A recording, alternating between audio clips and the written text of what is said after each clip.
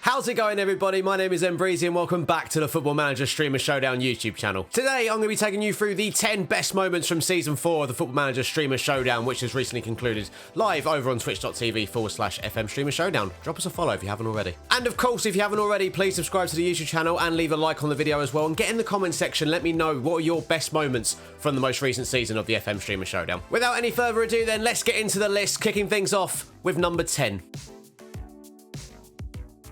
That's right, it has to be, doesn't it? Tom FM and his team of Toms. Now, following a rather strange proposal from Leluja on Twitter, Tom decides to take the opportunity to try and win himself £100 and draft an entire team of Toms. Yes, that's right, every player bar two, one of which being Lincoln, because, you know, it's Tom FM, it's Lincoln, it had to be, didn't it? Oh, there's a guy called Lincoln. Can someone quickly ask Kev, is Lincoln allowed? Kev, there's a question for you in the chat, sir. Of Tom FM. Rather than a Tom. Can I get a player called Lincoln? Of course you can, Tom. I'm not a monster.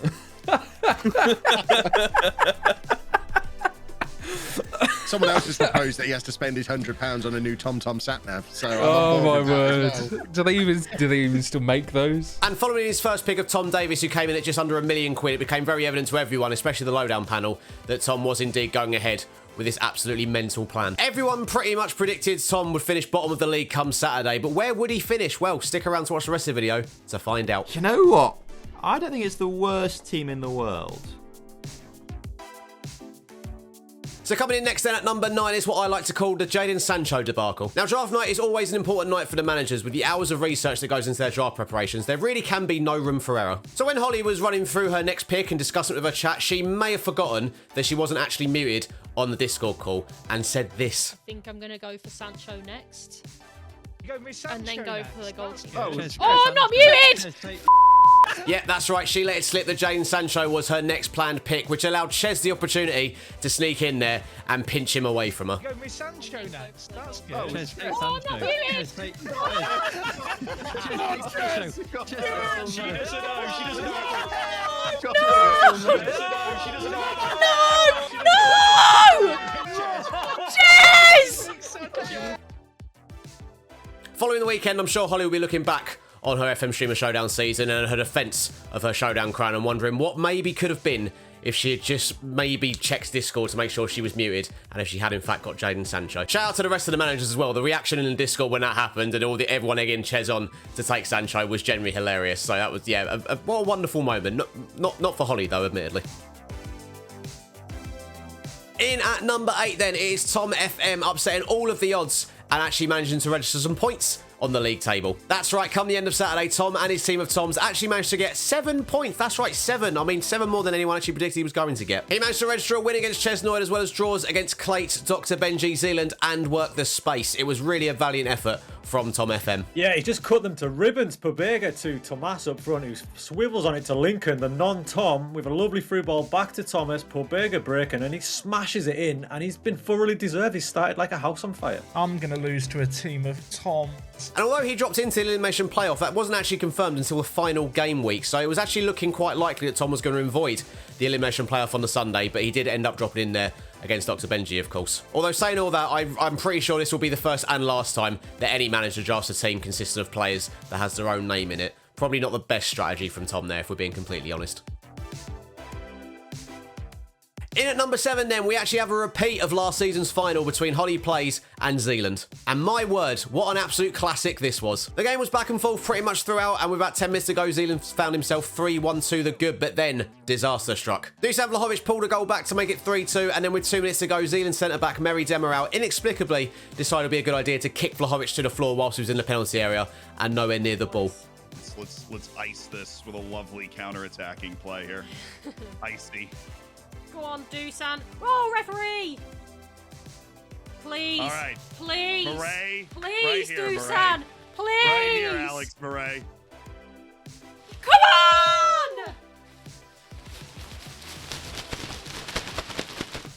Oh, God, I might have just broke the sumo suit for doing that. Vlahovic, being the bagsman that he is, of course, dispatched to the penalty with ease, and with 2 minutes to go, it looked like the points were going to be shared between the two managers. But there was still time for one final twist. Big deep breath, Christopher. Hey!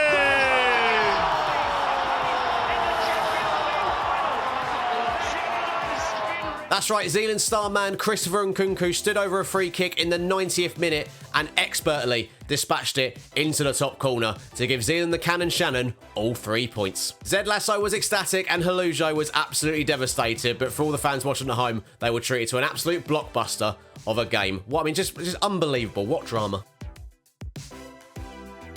At number 6 then, we're going with something a little bit different. We are going with some rather questionable outfit decisions from a couple of the managers. Now, the showdown usually results in some incredible outfit choices, and this season was no different. Following her 2-0 win over Tom FM, which was her first victory of the weekend, Holly Place donned a sumo suit to celebrate her 3 points. Holly's worth a look, boys, just for the what she's dressed in to celebrate that first win. Oh my goodness me. Yeah, we will we'll witness that whilst we wait for the results to come in. That's TOS, is that right? Oh my Christ. And then there was Sunday, which saw Viking Dan go for a very questionable blonde wig, which I can only assume was in tribute to his star striker Erling Haaland. Though saying that, it could have easily been a tribute to Doc Antle from Tiger King, in all honesty. Like, honestly, it's uncanny. I'm normally trying to be as professional as possible. I've seen it. But I've just seen what Dan's wearing. Are we ready? Unfortunately, neither costume was enough to inspire a showdown victory for Dan or Holly, but I do wonder what elaborate costume each of them will go for in their next showdown appearance. We're at the halfway point now. At number 5, it is Dr. Benji and his now infamous strikerless tactic. Now, strikerless was the talk of the Dr. Benji camp going into Season 4. He had a plan, he had the players he wanted, and he was confident, which was a big change from last season. I've been listening to Curty on the lowdown, who says he's not convinced by strikerless. No one is, mate. Now, all we know is the last time we saw this online, the last time we saw this work against a human online, we beat little Alujo in the network game. 3-1. Comfy. Right? And then in the least surprising turn of events, it all kind of fell apart. Ben finished the season on 7 points, which saw him drop into the elimination playoff. The system he has found so much success with in his Derby County series, of course, let him down. And despite getting past Tom FM in the elimination playoff, he would very, very quickly be sent packing by Klate in the quarterfinals. Gang, we gave it a shot. Everyone wanted to see strikerless in a showdown. We gave it a go. We didn't win. £50 to charity. I'm pretty sure I agreed. I don't think you have to play striker. Mate, that looks so unfair. It was 1.9 before like the Marlon chance at the end. I don't think you have to play a striker to score goals. We'll watch it with Derby in the Premier League and everyone will just go, AI. It's another showdown disappointment for the Doctor, but will he be back in Season 5 and will he be back with his strikerless tactic? Watch this space. I guess we'll just have to tune in and find out. At number 4 then, and it is one of my personal highlights from the entire weekend, is RDF's exit interview on the Sunday. Following a very narrow 4-3 aggregate defeat to work the space in the semi-finals, it's safe to say that RDF wasn't entirely happy with his team's performance when he spoke to the lowdown panel. Another good showing in a showdown. Nah, I'm fuming. Nah. I'm fuming. Cannot lie to you. Cannot lie. When he went, because everybody in my chat was getting so excited when he got to 10 men, and I knew that was a bad side. I knew it. Actually, because we scored, and then he got 10 men. I was like, because the game before he had 10 men as well, and straight away, instantly, he created 2 good chances. So that's what I was worried about. And I just kind of knew it, man. But I'm fuming. My defenders, never again. Those 2 big meaty men, they can get in the bin. I'm going back to my Sherby, acceleration A, pace A. I'm going back to that because they perform basically like that anyway. I'm fuming. It was actually quite a tight semi-final, and RDF can consider himself pretty unlucky not to reach the final, in all honesty. Especially when you consider that Jack's side went down to 10 men as well. But I think he even said himself that was probably the turning point where things started to go against him. However, it is a second consecutive semi-final appearance for RDF, and I'm sure if he keeps this going, he will eventually get himself to a final and maybe get his hands on that showdown crown. He may just have to tone down his temper in future, though. For number 3 then, we had to go with this. Of course, it is Klate winning the league on his long-awaited return to the Streamer Showdown. That's right, Season 4 saw the eagerly anticipated return of Klate, and my word, what a return it was. Now, Klate's got off to a storming start in his first match of the season by beating Dr. Benji 3-0, and from that moment on, he never really looked back. I'm intrigued to see how this strikerless system pans out, although straight away it's a chance for Klate. Victor Osimhen has put him 1-0 up already. It's 20 seconds gone. It's the same. It's happened again. 2 games in a row. His terrifying front three of Dominic Calvert-Lewin, Alexander Isak and Victor Osimhen were absolutely deadly, and Nuno Mendes, who was questioned by Lowdown panellist Matt Blanco, let's not forget, ended up being the top rated player in the entire competition. A true return to form for Klate, but would he go one better and win the whole thing once again? The penultimate moment from Season 4 then, it just had to be, didn't it? This could have easily been number 1, but we are going with the Klate versus Dan semi-final. I'll say it now, the greatest tie in Showdown history. The first leg saw Dan come away with a 5-3 win, and even though he was leading 5-2, Klate did manage to pull one back late on to reduce the deficit to just 2 goals, which I do think gave him a slight edge going into that second leg. And that second leg was an unbelievable game, which saw Klate come away with a 6-3 win and winning the tie overall 9-8 on aggregate, which I'm pretty sure is the highest scoring game ever in the Streamer Showdown. It's all the way back to OK, who goes very, very long. The header's been won. Oh! Donyell Marlon has scored. Victor Osimhen with the flick on for Donyell Marlon. What is this game? 3. What is happening? Both managers performed absolutely brilliantly, and in my opinion were both worthy winners, and I think I speak for everyone else when I say let's hope they meet again and produce a similar tie in a future Streamer Showdown.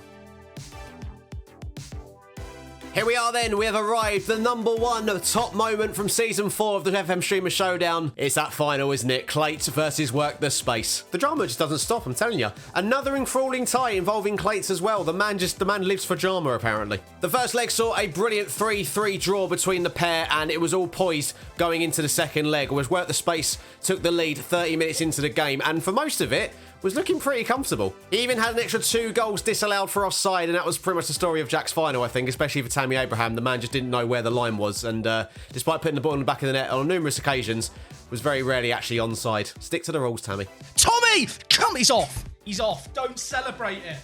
Don't celebrate it, folks.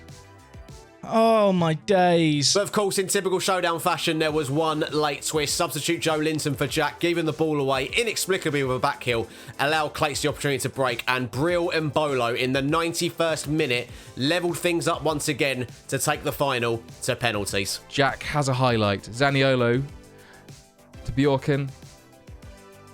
Playing it between themselves. Can Jack hold on? John Linton's now involved. A flare pass. Oh, but there's a turnover ball. Can Mbolo finish? Can he? He can! He can finish! Brill Mbolo. Brill scores! Is he on? Is he on? He's on! Brill Mbolo! I'm pretty sure Jack even said this himself from the moment that goal happened and it went to penalties. He knew this was only going to end one way. Klate, of course, went on to win the penalty shootout and take home his 3rd Streamer Showdown crown. Yes! Believe! Yes! Yes! Klate, GG. Oh, GG's, mate. Over to you. That was unbelievable. In my opinion, this final just absolutely summed up the weekend of Streamer Showdown action that we saw. It was so many goals, so many dramatic moments, so many disallowed goals and late drama that we've been seeing across the entire weekend. We had one of the best semi-finals in Showdown history, and I think we had one of the best finals in Showdown history, and that is why that final is top of this list. So there you have it. Those are the 10 best moments from Season 4 of the FM Streamer Showdown. And as I said at the top of the video, get in the comments section and let me know what were your personal highlights from Season 4. And of course, don't forget to subscribe to the channel if you haven't already and leave a like on the video whilst you're here as well. Until the next one, I've been M Breezy. Thank you very much for watching. I'll see you in another video very, very soon. Bye-bye.